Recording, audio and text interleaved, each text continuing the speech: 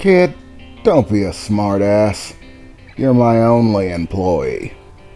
Al retorted with a wise-ass comment, leaning against one of his workbenches, smoking a cigarette as usual. To be honest, I've heard you talk about wanting to enter the races many times before, kid. And I honestly never expected you to really have the resources to do it.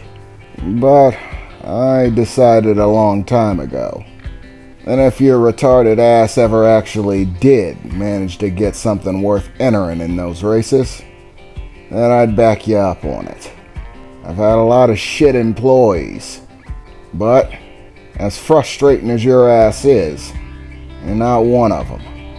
You're a good worker, and more than that, a solid man. So, all advertising aside, you can count me in. I'll be your mechanic for the race.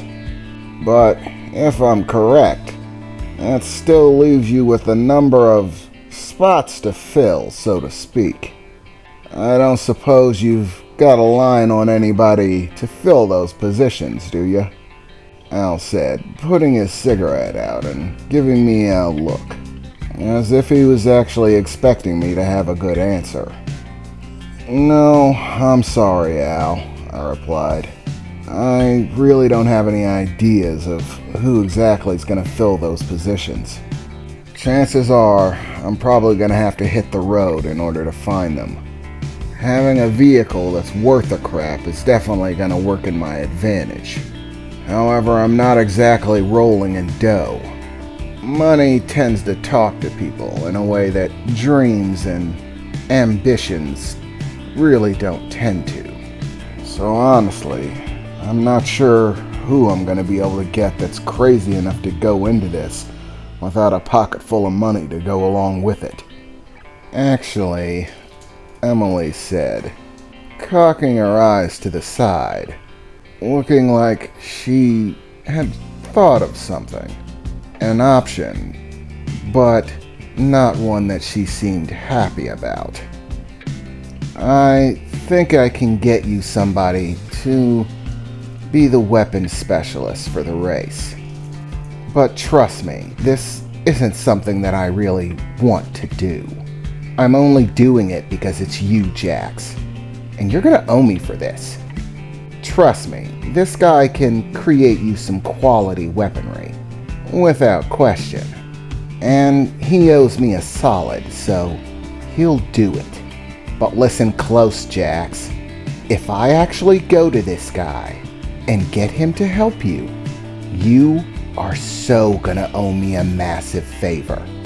If you actually survive and manage to win this little race, and you get into the walls, you're bringing me with you. And I don't care if you have to take a pay cut to do it. That's the deal. So, can you live with that?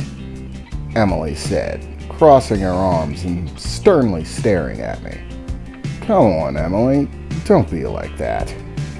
I mean, really, do you really think that I'd leave you behind if I won the race?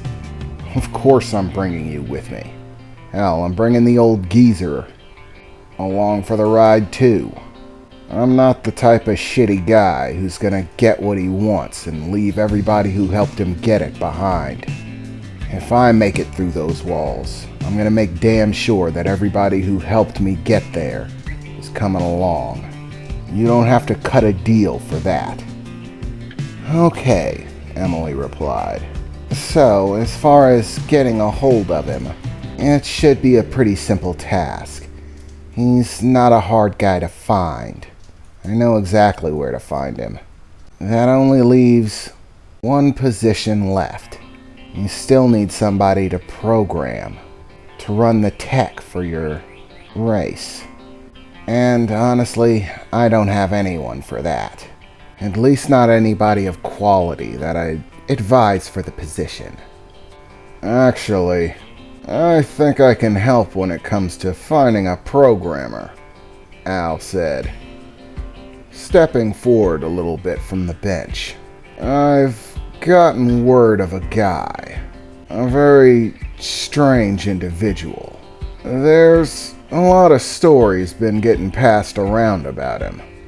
They say he's a master programmer, with skills to rival the best of anybody on the planet. But, unfortunately, they also say the goddamn guy's barking mad.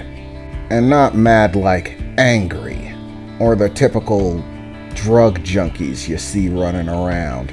No, they say this guy is his own breed of crazy, and that he only works for people that he likes. Apparently, for him, rather than money being the main source that he uses to get what he wants out of arrangements, he tends to cut a different kind of deal, usually exchanging material goods or favors. But once again, only to people that he likes. The problem being that he doesn't like anybody. Most of the people that try to go to see him never come back. And the ones that do come back, most of them just tell horror stories. But the few that actually manage to cut a bargain with him say he's basically the best they've ever seen, that he can program damn near anything, pull damn near any job, regardless of how utterly ridiculous it sounds. There's even rumor that the bastard has access inside the walls, that he's actually out here by choice, that he completely abandoned a life of luxury to live out here in bumfuck nowhere. God knows why that could be. I'll do a little bit of digging and see if I can find his information, where exactly you can actually get in contact with this guy. That's if you're actually desperate enough to go for it. Well, Al, I replied. To be honest, having the best of the best does sound like it would work in my benefit. Every possible edge I can get is something that I need, unquestionably. So, crazy as I had her or not, mad or not, if he's the best, I definitely need to talk to him. If it goes south and he doesn't like me, I'm pretty sure I'm fast enough to get the hell out of there. But if I can get him on my side, then things could favor me far more.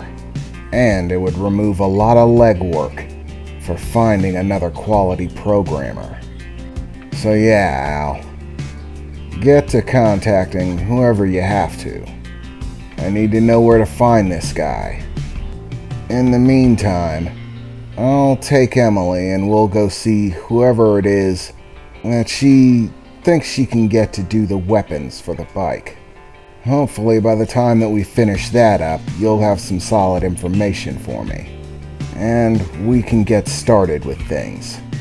We still got some serious work to do before the races, and I'd like to get as much of it done as I possibly can.